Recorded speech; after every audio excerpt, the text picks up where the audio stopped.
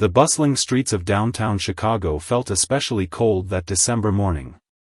Among the sea of well-dressed professionals hurrying to their offices, a middle-aged woman sat quietly on a bench outside the gleaming glass tower, her weathered hands clutching a worn backpack. Despite her shabby appearance, there was an undeniable dignity in her posture.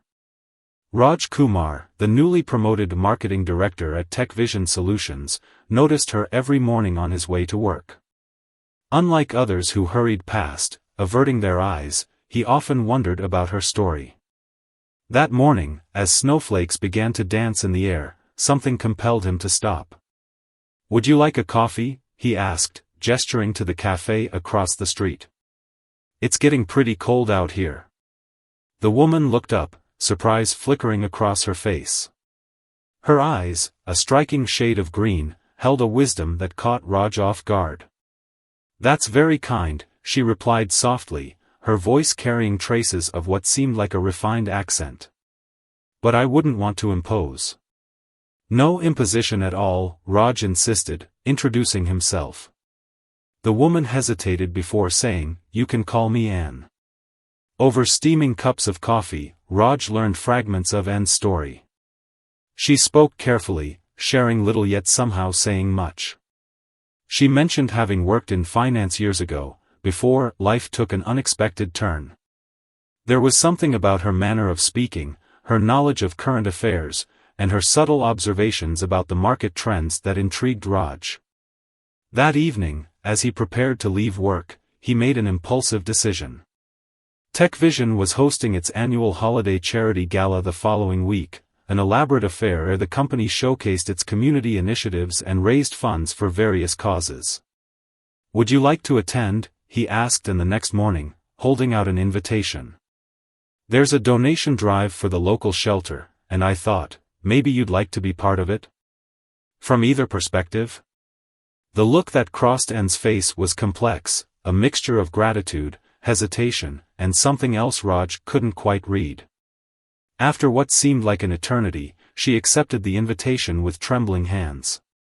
What Raj didn't know was that this simple act of kindness was about to unravel a story more extraordinary than anything he could have imagined. For Anne wasn't just another homeless person seeking shelter from the Chicago winter. Her true identity, carefully hidden beneath layers of hardship, would soon shake the very foundations of the corporate world he inhabited. As she watched him walk away, and opened her worn backpack, pushing aside a weathered blanket to reveal a leather folder. Inside lay documents that told a very different story, one of corporate intrigue, betrayal, and a 20-year-old mystery that had never been solved. The upcoming gala wouldn't just be a charity event, it would be the setting for a revelation that would change everything. The snow continued to fall, covering the city in a blank white canvas, much like the clean slate Anne hoped to create. But first, she had 1 week to prepare for a night that would either restore everything she had lost or confirm that some bridges, once burned, could never be rebuilt. Meanwhile, in his office 40 floors above, Raj reviewed the guest list for the gala, unaware that his simple act of kindness was about to make him a key player in a story that would soon be on everyone's lips. The truth about Anne's identity was hidden in plain sight, waiting to emerge like the sun after a long winter storm. The week leading up to the gala passed quickly, but for Anne, each day felt like a careful dance between past and present. Every morning, she would appear on her usual bench, maintaining the facade that had become her shield. But in the quiet corners of the public library, where she spent her afternoons, a transformation was taking place. Using the library's computers, Anne meticulously researched Tech Vision Solutions' current board members. Her green eyes narrowed as she studied their faces, particularly lingering on the company's CFO, Robert Chen. 20 years ago, Chen had been a junior accountant at Global Finance Corp., the very firm where Anne's story had begun its dramatic turn. Meanwhile, Raj found himself increasingly intrigued by the mystery surrounding Anne. During their morning coffee conversations, he noticed how her eyes would dart toward the glass tower's upper floors, where the executive offices were located. She asked subtle questions about the company's leadership, disguising them as casual curiosity about the upcoming gala. The board members usually attend these events, she'd ask, wrapping her cold hands around the coffee cup. All of them? 3 days before the gala, and made her way to a small storage unit on the city's outskirts. Inside, beneath years of dust, lay a garment bag containing a classic black evening gown. As she unzipped it, memories flooded back: board meetings, international conferences, power lunches. She had once been at the pinnacle of corporate success, until that fateful day when she uncovered the truth. The truth that now lay documented in her leather folder, proof of a massive financial scandal that had been skillfully buried 2 decades ago. A scandal that had cost hundreds of people their life savings, while a select few walked away with millions.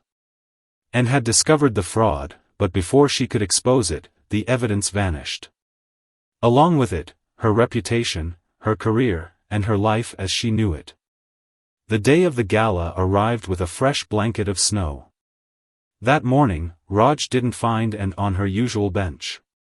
Instead, he found a simple note: "Thank you for your kindness. See you tonight." As evening approached, the glass tower's grand ballroom transformed into a glittering wonderland. Chicago's business elite arrived in their finest, their conversations a gentle hum of power and influence. Raj stood near the entrance, nervously adjusting his tie, wondering if Anne would actually appear. At precisely 8 o'clock, a murmur rippled through the crowd. Standing in the doorway was a woman in a perfectly tailored black gown, her silver hair elegantly styled, her posture regal. It took Raj several moments to recognize, and gone was any trace of the homeless woman from the bench. In her place stood someone who looked completely at home in this world of corporate power. Robert Chen was the first to drop his champagne glass. The shattering crystal drew all eyes to him, but his gaze remained fixed on Anne. His face had drained of all color. "Impossible," he whispered, loud enough for those nearby to hear. "You're supposed to be dead?" Anne's voice carried across the suddenly silent room. "That would have been convenient for you, wouldn't it, Robert?" She opened her leather folder, removing a stack of documents. 20 years ago, I discovered something interesting in the accounting files of Global Finance Corporation. Would you like to tell everyone what it was, or shall I?" The room erupted in whispers as Anne began to speak. She wasn't just any former finance professional, she had been Dr. Annabelle Richardson, the renowned Chief Risk Officer of Global Finance Corp., whose mysterious disappearance had spawned countless theories and investigations. Raj stood transfixed as the story unfolded. The woman he'd bought coffee for, whose quiet dignity had touched his heart, was actually a legendary figure in the finance world. A woman who had chosen to disappear rather than be silenced, spending years gathering evidence while living on the streets, watching and waiting for the perfect moment to reveal the truth. As she presented document after document, security cameras captured every revelation. In the age of smartphones and social media, there would be no burying this story again. The truth about one of the biggest financial frauds in history was finally coming to light, streamed live by shocked gala attendees. The ballroom had transformed from a celebration into what felt like a courtroom. Robert Chen's security detail moved to intervene, but the company's CEO, Mrs. Patel, raised her hand to stop them. "Let her speak," she commanded, her voice steady but her eyes blazing with intensity. Anne's fingers traced the edges of her documents as she continued. The scheme was brilliant in its simplicity. Pension funds of thousands of employees, cleverly rerouted through a maze of offshore accounts. By the time anyone noticed their retirement savings had vanished, the trail had gone cold. She turned to face the crowd, her voice carrying years of suppressed emotion. "I wasn't the only one who discovered the truth. There was another, your former CFO, David Wong. The night before he was supposed to present his findings to the board, he had a fatal car accident. The police called it a tragedy. I called it what it was, murder." The crowd gasped. Mrs. Patel's eyes narrowed as she looked at Robert Chen, who was now desperately typing on his phone. Within moments, security had confiscated his device. The live streams continued, capturing every moment of this unfolding drama. Raj watched in amazement and produced a flash drive. Everything is here, the original transaction records, correspondence between conspirators, and something else. She paused, letting the tension build. Surveillance footage from the night of David's accident. Footage that mysteriously disappeared from traffic cameras but was backed up on a server that someone forgot existed. But it was what and did next that truly stunned the room. She turned to face an elderly couple standing near the back, the Wongs. David's parents had been invited as honored guests, their son's portrait hanging among other, remembered employees, in the charity gala's memorial section. "I promised your son I would finish what he started," and said, her voice softening. "It took 20 years, but today, he gets justice."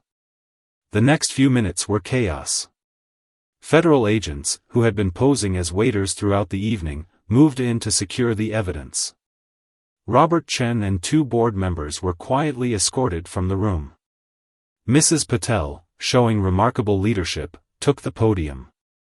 "As CEO of TechVision Solutions, I promise you this, we will cooperate fully with authorities. The truth will come out, no matter where it leads." She then did something unexpected. She walked straight to Anne and embraced her. Raj finally understood why and had chosen this particular gala. TechVision had acquired the remnants of Global Finance Corp 5 years ago, inheriting both its assets and, unknowingly, its darkest secrets. The company's commitment to charitable causes and transparency had made it the perfect stage for this revelation. As federal agents began interviewing key witnesses, and found herself surrounded by former colleagues who had believed her dead or disgraced. But it was the Wongs who held her attention. Mrs. Wong pressed something into her hands, a jade pendant.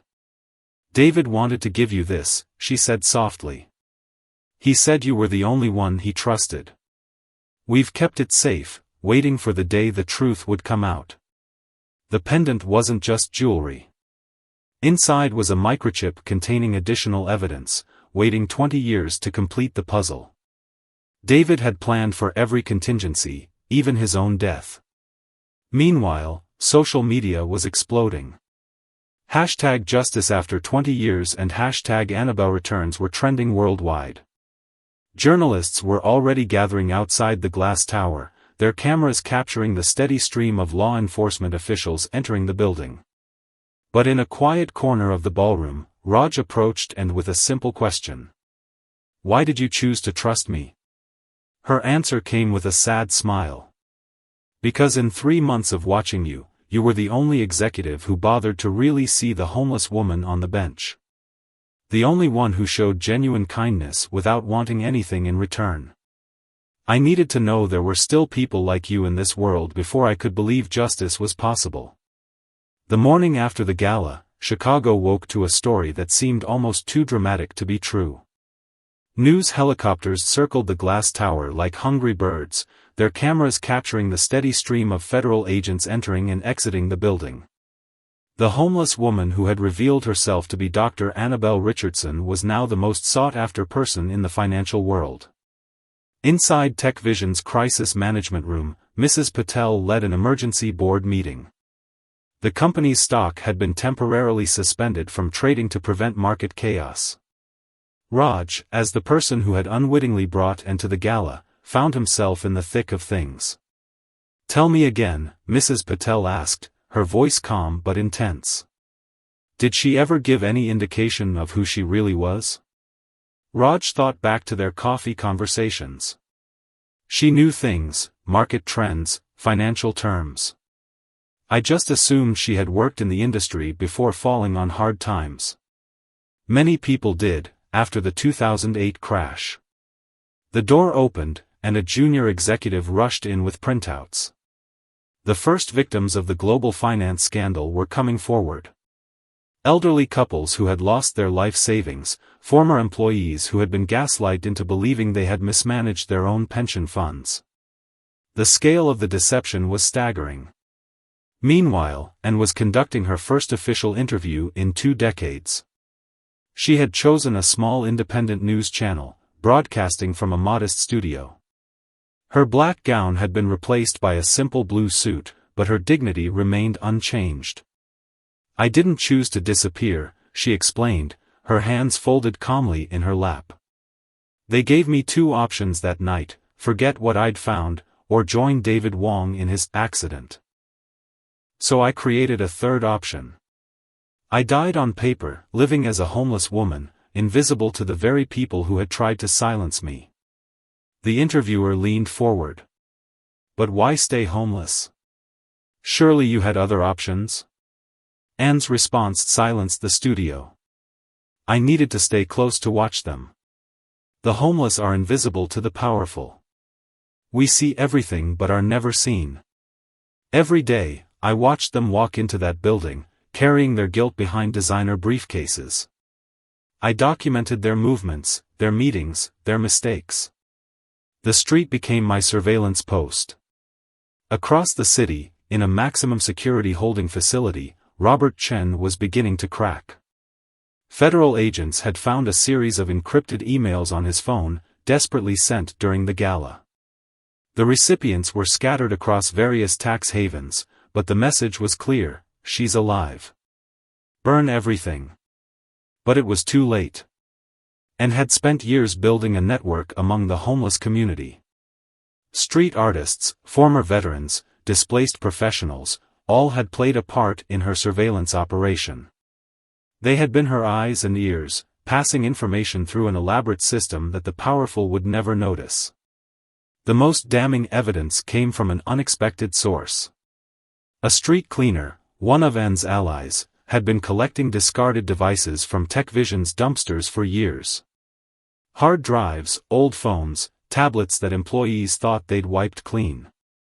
And had painstakingly reconstructed deleted data, creating a digital paper trail that was now impossible to deny. Back at TechVision, Raj discovered something that made his blood run cold. His own uncle, a junior accountant during the global finance scandal, had been one of the first whistleblowers. He had died in what was ruled a suicide, leaving behind a young family and a cryptic note: "Ask about the jade pendant." The same jade pendant that now sat in a federal evidence lab, its microchip containing the final pieces of David Wong's investigation. 20 years ago, David had split the evidence between himself and Anne, knowing that one of them had to survive to tell the truth. As evening fell, Mrs. Patel made a bold decision. TechVision would not only cooperate with the investigation but would establish a victims' compensation fund. "We acquired Global Finance assets," she announced to the press. "We also inherited its moral debts. We will make this right." The story was far from over, but for the first time in 20 years, Anne allowed herself to feel something close to peace. As she watched the sunset from a safe house provided by federal marshals, she thought about Raj's simple act of kindness that had set everything in motion. Sometimes, she realized, the biggest changes begin with the smallest gestures. The investigation expanded like ripples in a pond. Each new revelation brought forward more victims, more conspirators, and more pieces of the complex puzzle Anne had spent 2 decades assembling. The federal investigation team had taken over an entire floor of the Chicago Federal Building, with walls covered in connection maps and timelines. The most heartbreaking evidence came from a retirement community in Florida. A group of former Global Finance employees, now in their 70s and 80s, had been forced to work as grocery store greeters and night security guards. Their entire pension fund had vanished in what they'd been told was a market downturn. One particular story caught the nation's attention. Mrs. Chen, no relation to Robert, a former cleaning staff supervisor at Global Finance, had lost her husband to stress-induced heart failure after their savings disappeared. Now 75, she still worked 2 jobs to support her grandchildren's education. When Anne saw Mrs. Chen's story on the news, she immediately recognized her. The kind woman had often left food near Anne's bench, never realizing she was helping the very person who might finally bring her justice. Inside the federal holding facility, the dominoes were falling. Robert Chen's former associates, scattered across 3 continents, faced a choice: cooperate or take the fall. The first to break was a junior partner who had helped create the fake trading records. His testimony implicated 12 other executives, including 2 sitting CEOs of major corporations. Raj's role in the investigation deepened when federal agents discovered his connection to the case through his uncle. As he reviewed his uncle's old documents, a pattern emerged. The whistleblowers hadn't been random targets, they'd been chosen specifically because they had families, people they would leave behind. The conspirators had weaponized love itself. The jade pendant proved to be the key that unlocked everything. David Wong, brilliant even in his final days, had encoded the data in a way that could only be fully decrypted with information from Anne's documents. It was a failsafe that required both pieces of the puzzle, ensuring that the truth would only come out when all the evidence could be verified. Mrs. Patel's response to the crisis became a case study in corporate responsibility. TechVision's Victim Compensation Fund grew to over $2 billion as other companies, fearful of their own global finance connections being exposed, contributed to avoid scrutiny. But the most unexpected development came from the homeless community. As news of Anne's story spread, other hidden witnesses emerged. A former janitor who had overheard crucial conversations. A parking attendant who had kept a log of late-night meetings. A food truck vendor who had photographed suspicious document disposals. The invisible had seen everything. The story took another turn when international authorities froze numerous accounts in tax havens. The money trail led to philanthropic foundations that had been used to launder the stolen funds. The conspirators had transformed their guilt into public praise, accepting humanitarian awards with funds stolen from their victims. Back in Chicago, Anne finally visited her own grave. The empty plot in Oakwood Cemetery had served as the final piece of her disappearance. Standing there with Raj, she revealed the full weight of her sacrifice. "I had a daughter," she said quietly. "She was 8 when I disappeared. I watched her grow up from a distance, keeping her safe by staying dead. She's a teacher now, with children of her own. Today, for the first time in 20 years, I can think about meeting them." The scope of justice was expanding beyond criminal charges. Congress announced hearings into corporate pension fraud. The SEC launched a comprehensive review of retirement fund protections. What had begun with one woman's determination was evolving into a nationwide reckoning with corporate accountability. As the sun set over Chicago, Anne and Raj shared a coffee on her old bench. The same spot where a simple act of kindness had changed everything. Tomorrow would bring more revelations, more justice, more healing. But for now, they sat in silence, watching the city lights flicker on, knowing that sometimes the longest journey ends exactly where it began. The congressional hearing room hummed with anticipation. News cameras focused on Anne as she took her seat at the witness table. Her silver hair caught the light, and her composed demeanor commanded respect from even the most skeptical committee members. Behind her sat hundreds of victims, including Mrs. Chen, who had flown in from Florida. Their presence turned what could have been a dry financial hearing into a powerful human story. Each face represented thousands more watching from home, their lives forever changed by corporate greed. "Dr. Richardson," began the committee chair, "please tell us why you chose to live on the streets rather than seek protection through official channels." And leaned into the microphone. The corruption went deeper than anyone suspected. Police officers were paid to lose evidence. Judges received anonymous donations. Bank managers conveniently misplaced records. Trust had become a luxury I couldn't afford. The testimony lasted hours, but one moment stood out. And described watching her daughter's college graduation from across the street, unable to cheer when her name was called. "I missed her first heartbreak, her wedding, the birth of her children.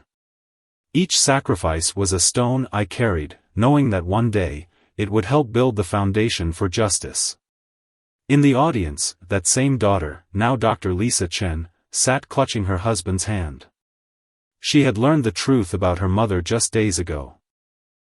The weight of 20 years of believing she was an orphan showed in her tears. Meanwhile, in Chicago, Raj and Mrs. Patel worked to implement unprecedented corporate reforms. TechVision's victim compensation program had become a model for corporate responsibility. But more importantly, they were creating a whistleblower protection system that would prevent another tragedy like Anne's. The investigation had expanded to include tax havens in 7 countries. Robert Chen's network crumbled as his former associates rushed to make deals. Each new testimony revealed how the conspiracy had maintained its grip through a combination of threats, bribes, and carefully constructed lies. But the most powerful moment came after the hearing.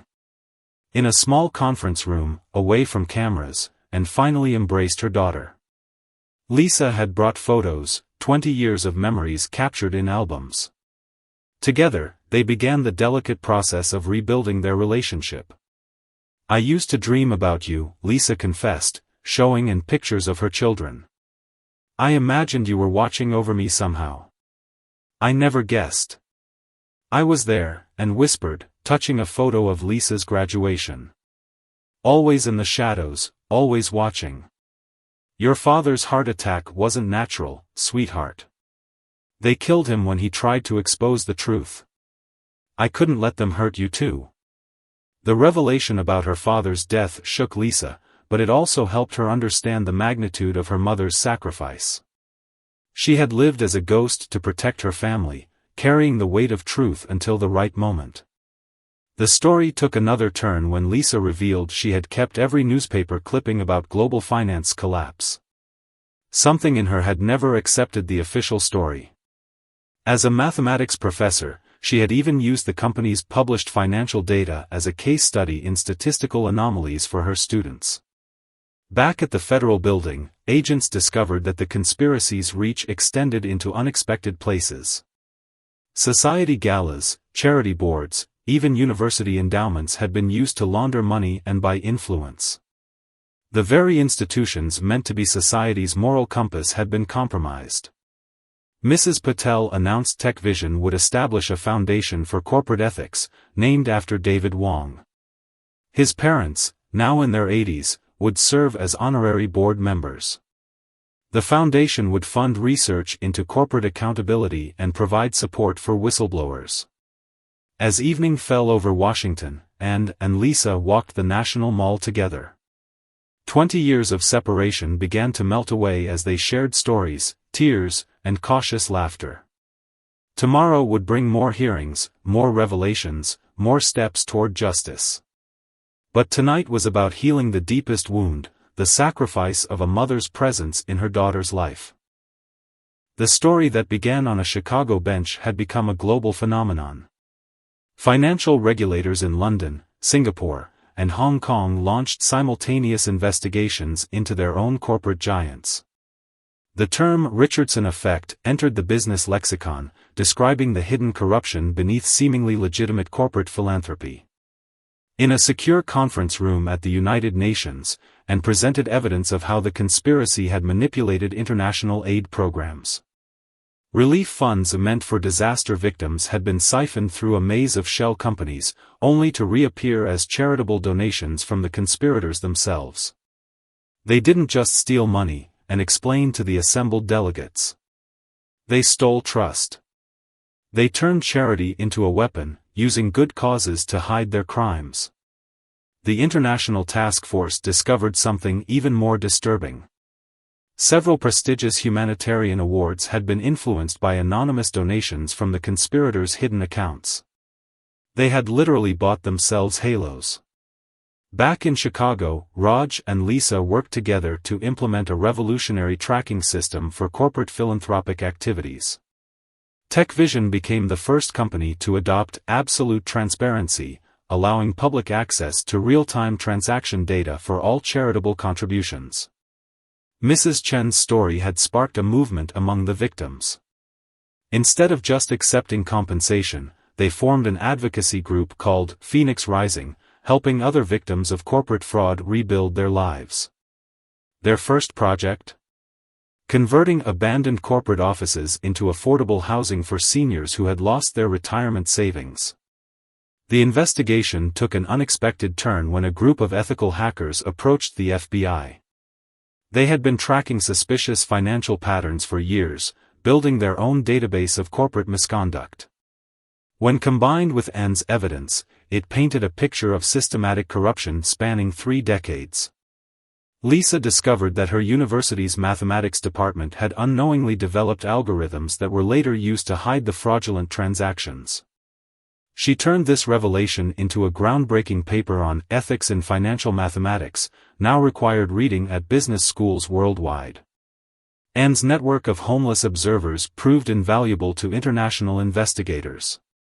Similar networks existed in other cities, invisible witnesses who had been documenting corporate misconduct without realizing the significance of what they saw. Their gathered intelligence helped expose corruption in 12 more major companies. The Jade Pendant's encrypted data revealed connections to art fraud. The conspirators had used forged masterpieces as collateral for loans, creating a secondary layer of financial deception. Major auction houses launched internal investigations, leading to the recovery of billions in stolen assets.